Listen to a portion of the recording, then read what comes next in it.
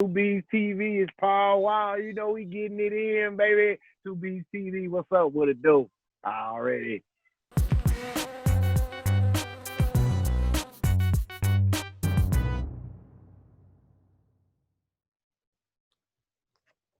Hey. Hi, Paul. How are you? How you doing? What's going on? Nothing much. My name is Miss Two B's. It's an Miss honor to 2B. be with you today. Yeah, likewise. Happy to be here. Let me just double check that this is going live on Facebook as well.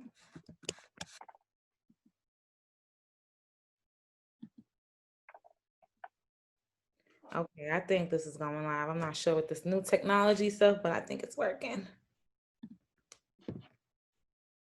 Yeah, meeting now streaming live on Facebook, baby. Yes, we're live, baby. We live. So, first, I want to ask how you've been holding up during the pandemic. You know, we're all quarantined. What have you been up to?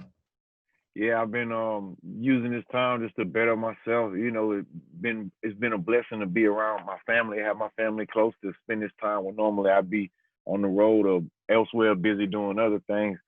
Of course, I've been here like everybody else, but I'm grateful for for everything. I haven't lost any family members to COVID. That's a blessing. But any blessing I have is only like it's just it's fleeting because it's like you think about so many people that's going through so much, and we got stuff that we going through as well. But it's just it's one of them years where we gonna survive, get past this year, and keep it moving. Exactly. We're going to keep pushing. So, congrats on your new project, Subculture. Yeah, thank you, thank you, thank you. What was the inspiration behind the name? The name subculture, it really came about. Let me put that artwork in the background. There we go. Yeah, throw it up There real we quick go. so people could see. Kind of came originally when the Migos put out Culture as an album, and it really just sparked from there. Me being just somebody who came from the underground, I still represent for the underground. All my favorite artists and music usually comes from the underground. So I just wanted to represent for that subculture one time. Just the not the mainstream, but what flies below the radar. Under the radar sometimes.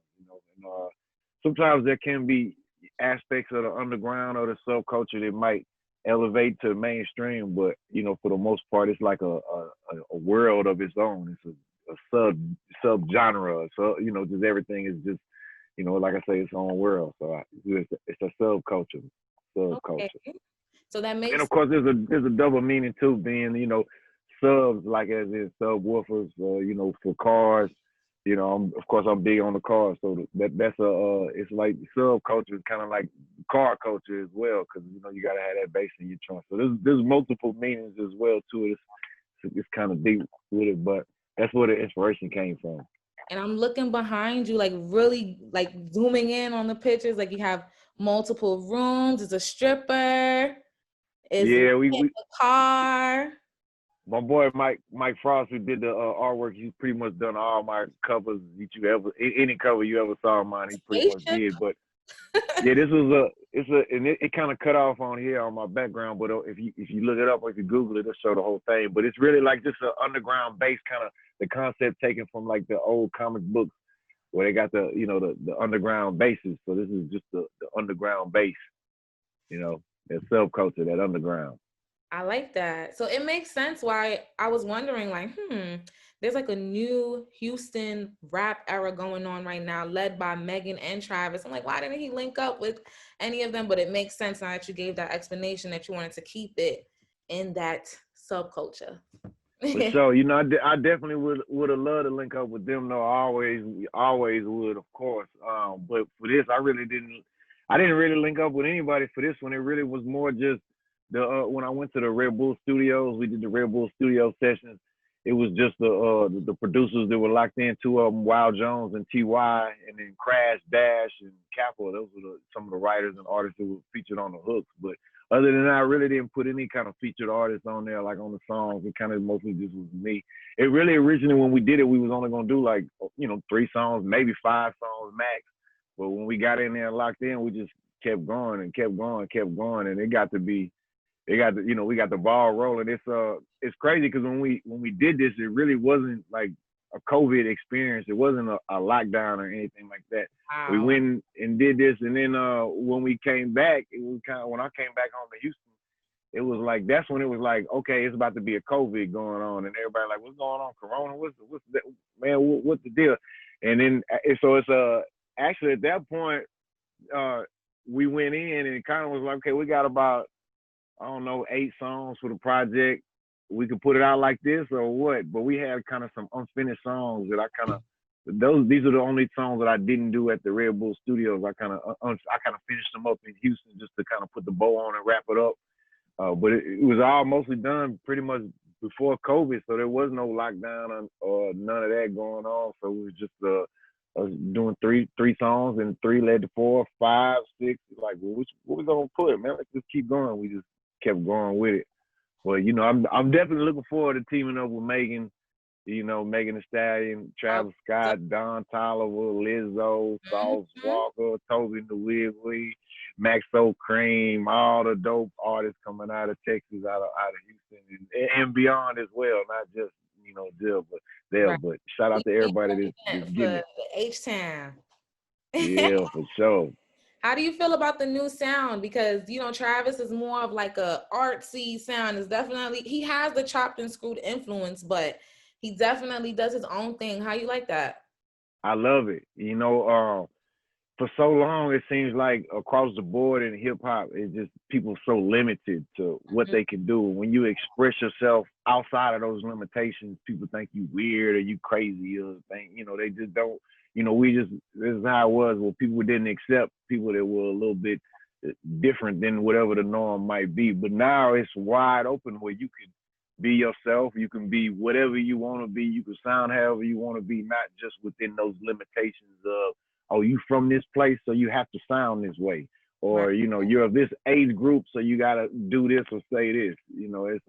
It's dope. It's inspiring, too, to see Travis tap in. Not only Travis, but all the newer artists who are representing the fresh new sound of Houston. It's inspiring to hear them because they're doing things, tapping into, avenues and using tools, whether they be musical tools or whether it be working with musicians or artists, that maybe we didn't get an opportunity to work with, or maybe weren't open to working with us, but now they are open to working with artists that come from Houston. So it's dope to see all of this. It was very inspiring, and I'm proud to see how they're carrying the torch of representing for the sound of Houston and still being themselves, but at the same time showing their influence of this is where I'm from. I'm gonna represent for it, although I'm gonna be me and do me, and I'm representing for maybe a new generation as well. I'm gonna hold it down for the people who paved the way for me, the pioneers in the Houston rap. And that's the same when I came on board, when I came on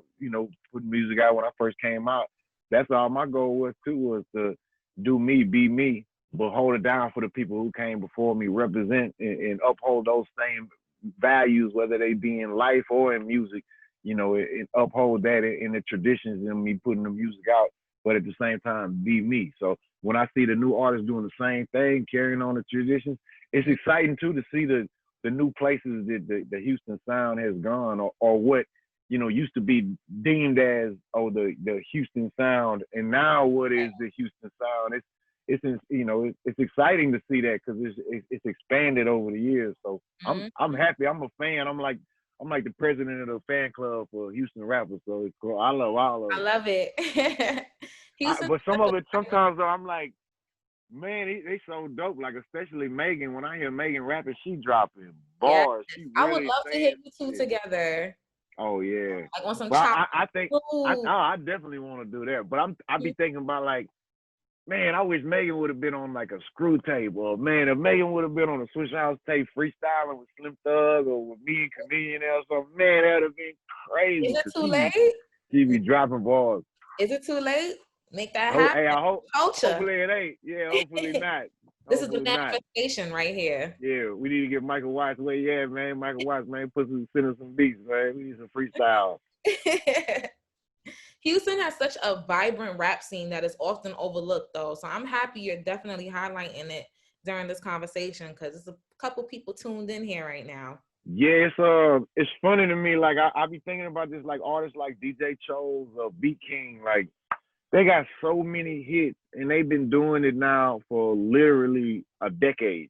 Mm-hmm. But you know, with their with their new songs, with whether it was Thick or whether it's been Leave, whatever, when they, it's like people be like, oh, you heard a new artist, B King, you heard a new artist, DJ Chose, but they've been, I mean, I guess maybe you could consider them maybe underground or regional, but DJ Chose got a room full of plaques where he got some hell of a real plaques, so he ain't like unknown, or like he Right. appears new to some people, but he really been doing it for a long time, and that's inspiring too to see, because that was the journey.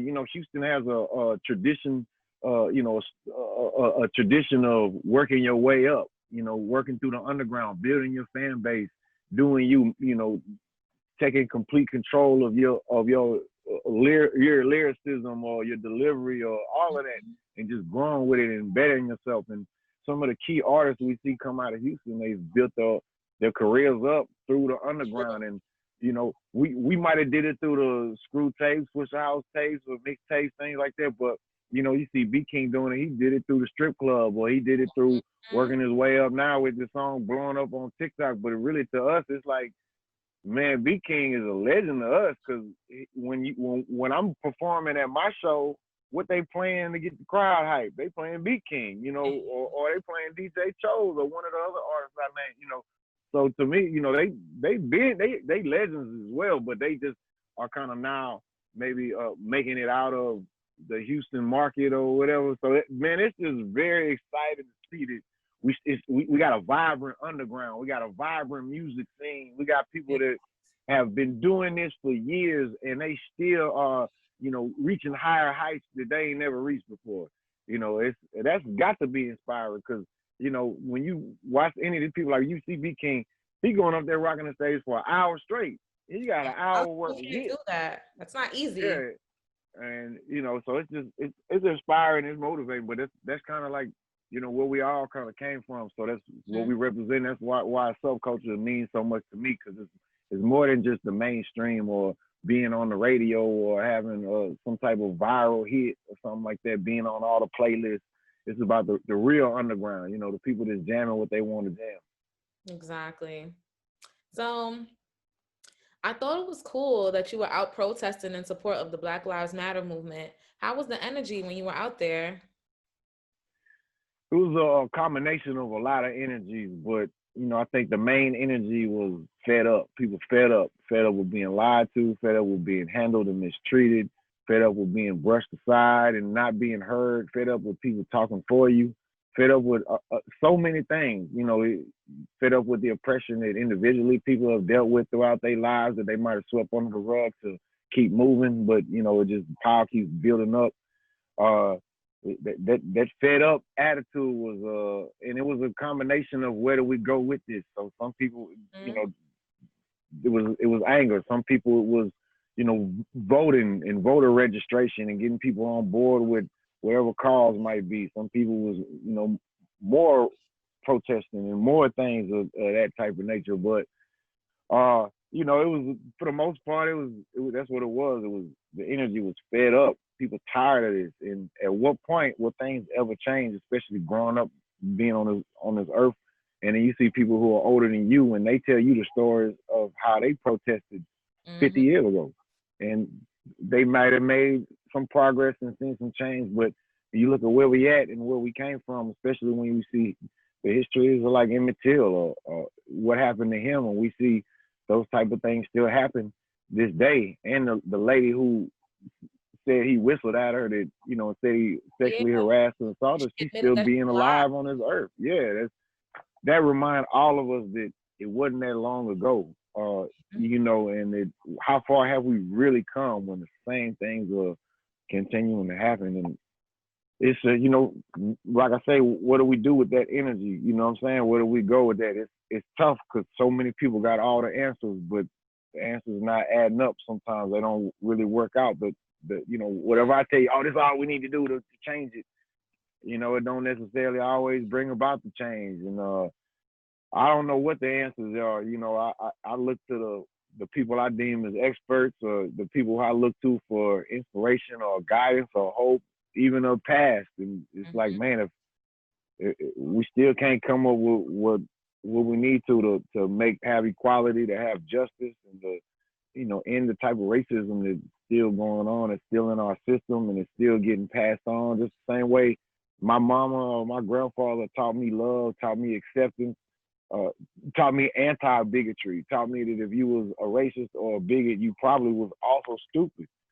That's what my grandfather taught me was, So so those type of things I'm teaching to my kids as well. But the same way that legacy is being passed down through me, there's people that are passing down the legacy, of hate, of all of the exact opposite of the things I said. And that's what I was taught, and that's what I teach. But I'm also not perfect. You know what I'm saying? And so many times we all feel like, oh, I didn't do this or I didn't do that.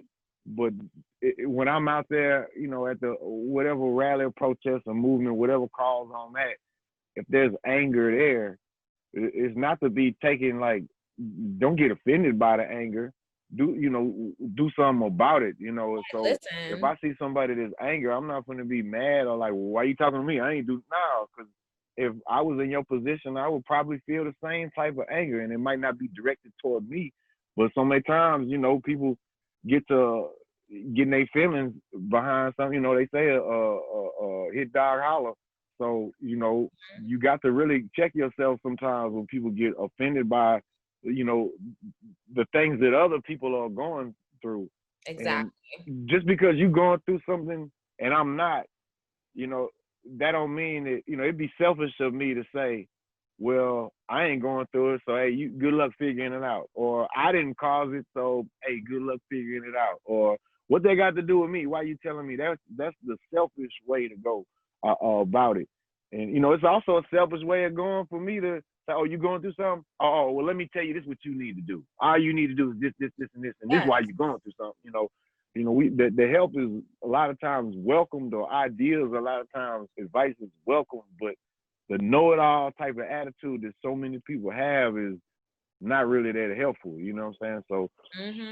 So, but it is what it is. It's 2020. Hopefully, we will see some type of. That's the hope that I have. I'm cynical, but I'm not all the way gone. Where I don't think it's too far past there being some hope, or there being some change, or us making progress in a positive way. Okay. And you mentioned your children. I know they're biracial. Do they like understand what is happening and like the current social climate? Like, what are the conversations like? Yeah, I think they do understand it. For the most part, we watch a lot of news of various things. Now, you gotta be careful of what you're watching, because what you feed into your mind go into your heart, and that go into your actions a lot of times. So what you watching sometimes and listening to can dictate, your demeanor and things you do. And but it can be also watching the news all day long, especially if you're only watching one particular type of news. I try to watch a little bit of everything, even if I'm not agreeing with it, just to get a perspective. Because although I don't agree with it, there are people that do. And if I just walk around thinking I'm right and everybody else wrong, then that's not who I am, or that's not how I operate. But I always try to see the perspective of where somebody coming from. Is it based off of hate, or privilege, or them trying to do better for themselves and their family, or is it based off of misinformation and lies and things that they were taught that were untrue? But with my kids, I try to be open and honest about it, especially being that my son's 14 and he's my size. So if we out and about, he's not looking like a kid. He's looking like a grown man. Something I gotta think, and he's been looking like that. So it's something I gotta think about when I think of how old Tamir Rice was, or some of these other people young men who were killed. My son was 12 years old when I had a talk when we ride in the car, and I'm telling him, say it's a cop behind us and we get pulled over. You on your phone, but he might think you got a gun, and he might not think you a child, or that. So you got to be aware of. I tell him those things, and then right when I'm telling these things, my heart's starting to beat. The cop, get off and exit. He don't even pull us over, but it's something you think about. Even this last week, or right when school was starting back up, so probably was a few weeks ago, 2-3 weeks ago now. Me and my son, we're going to Best Buy to get him some new headphones, and we get pulled over on the freeway, and I might have been speeding, I don't know, but you know, the police officer walk up, and you know, he give my license, we got masks on, whatever. He come back and he say, "What's up, Paul? I ain't recognize you because you got your mask, whatever. You know, have a nice day."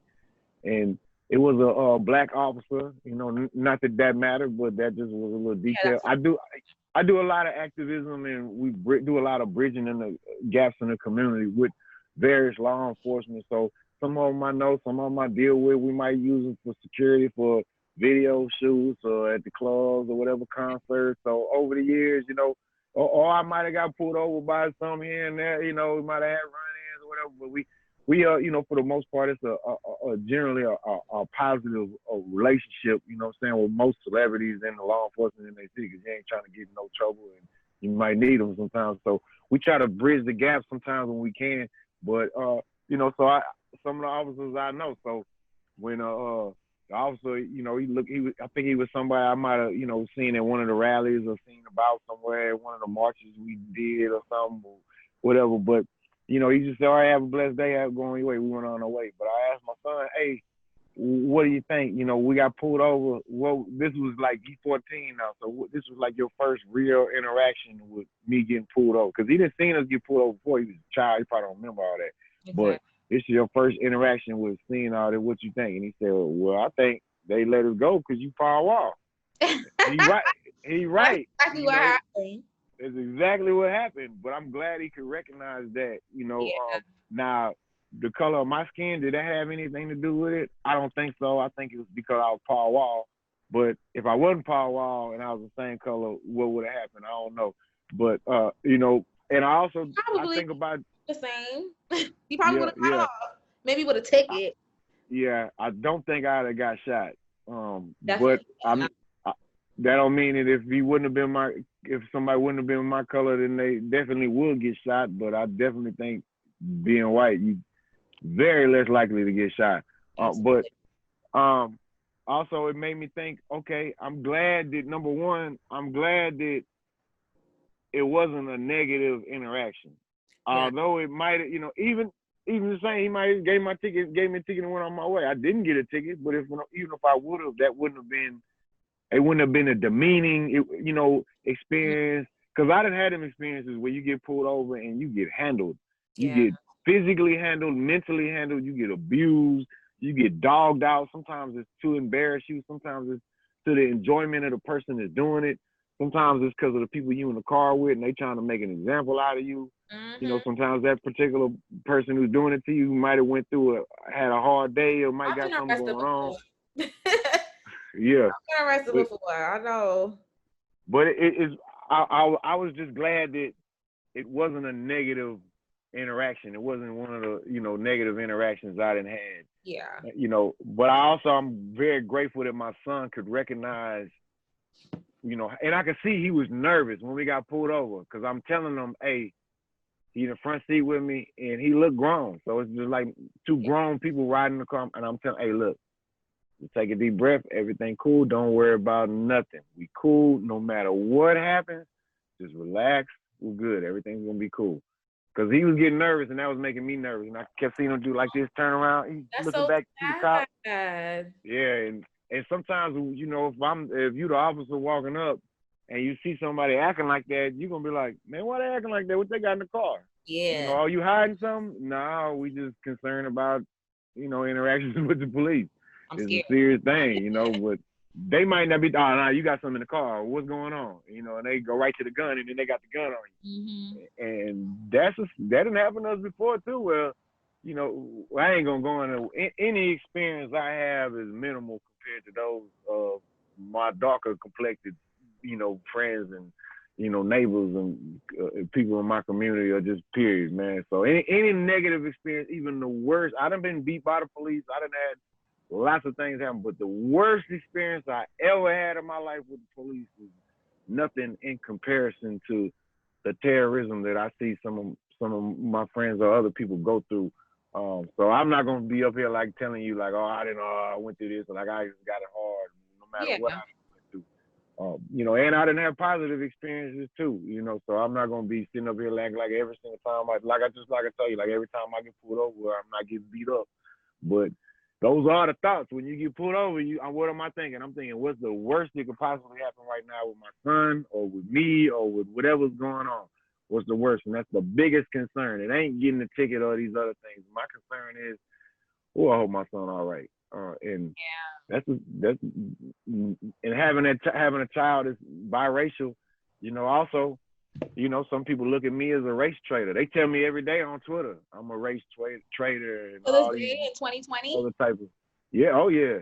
They say I get, from the racist warriors that are out there, they tell me every day on Twitter things about my wife or my son, my daughter, racially charged threats or just all kind of stuff that I'm not going to repeat. But, it makes me realize that to some people, me, I'm a target to some people because of that. Or they also see me, to the people that had them type of racist ideologies, they see me as, oh, well, he might lead other white people to be thinking this way or having an open mind, instead of building the wall up, he building the bridge. So, so they might look at me as a threat to their white supremacy. Also, they look at me as being a race mixer. So they look at that as, some people look at that as being biblically and like they look at that as being wrong on a completely different level. So they might think harming me or my kids or my wife might be earning them some trophies in heaven. So those are things that I think about when I'm interacting or having these type of interactions, is what's going to be the result of this, and what's going, so it's got to, my concern is the worst. You know what I'm saying? What's the worst that can happen? Yeah, that's the concern. But so I definitely try to keep an open conversation with both my kids so that they know what's going on. Also, for a few reasons. One, I don't want my kids to be too cynical like me. I want them to experience, childhood, or have those type of, the joys of the world is a good place. Right. And as you see more and more signs and evidence that there's a lot of evil in this world, it can be disheartening sometimes. It can be exhausting sometimes. It could make you lose your spunk of life, that spark in you, that joy. It can take it away. It can steal it from you sometimes. So I try to walk the line on how honest to be, as well as, man, don't scare them all the way, because I don't want them every time they're walking out the house, everybody they're looking at, they going, what's about to happen. But another thing is that in this day and age, especially, man, there's different weapons we have to defend ourselves or to fight for freedom or equality. There's a lot of different weapons. Some of them are physical weapons, but some of them are mental weapons as well. So I try to arm my kids, especially my son, with, because he's 2 years older than my daughter, so he's really getting into it, where I try to arm him with facts, with truth, with evidence. One of the evils of oppression that have happened in this country and across the world for thousands of years that still go on to this day. And also arm him with the mistruths, the lies that have been taught as facts, so that he can know the misinformation is out there.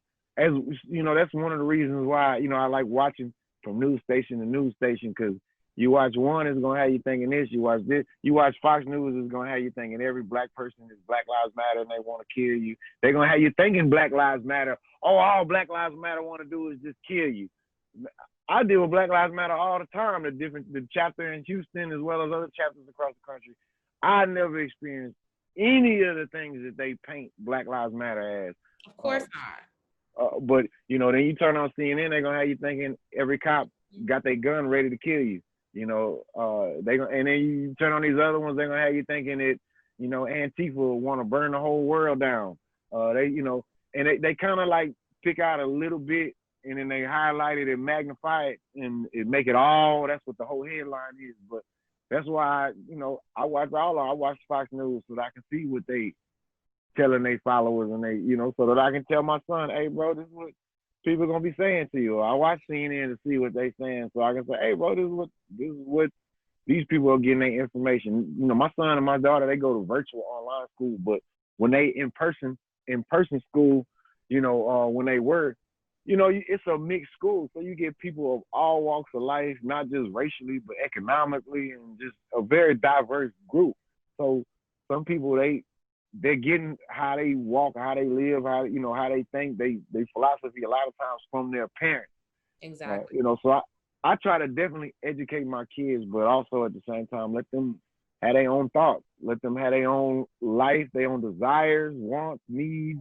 Walk their own path or whatever. I don't want them being a mini me, a baby me. Now, be a you all the way. Be a you all the way. That's good. That's dope. After George Floyd's passing, we learned that he was affiliated with DJ Screw, which is a big deal. I don't know if you guys tuned in. No, like that's a huge deal. Did you know him at all? I did have the privilege, the blessing of getting to meet him on a few different occasions. He just Okay. always good dude, big dude. Him being, of course, freestyler from being from the Screwed Up Click. He just those anybody who came out of the Screwed Up Click, we hold them, you know, to a higher level Mm-hmm. of just admiration and love in Houston. Anybody who, and some of the people in the Screwed Up Click were people like Lil Kiki or Big Pokey, ESG. They were zero. They were like, became mainstream household names. But then there were others that, would come rap on the mixtapes and rap on the songs, and maybe they didn't go on to be mainstream.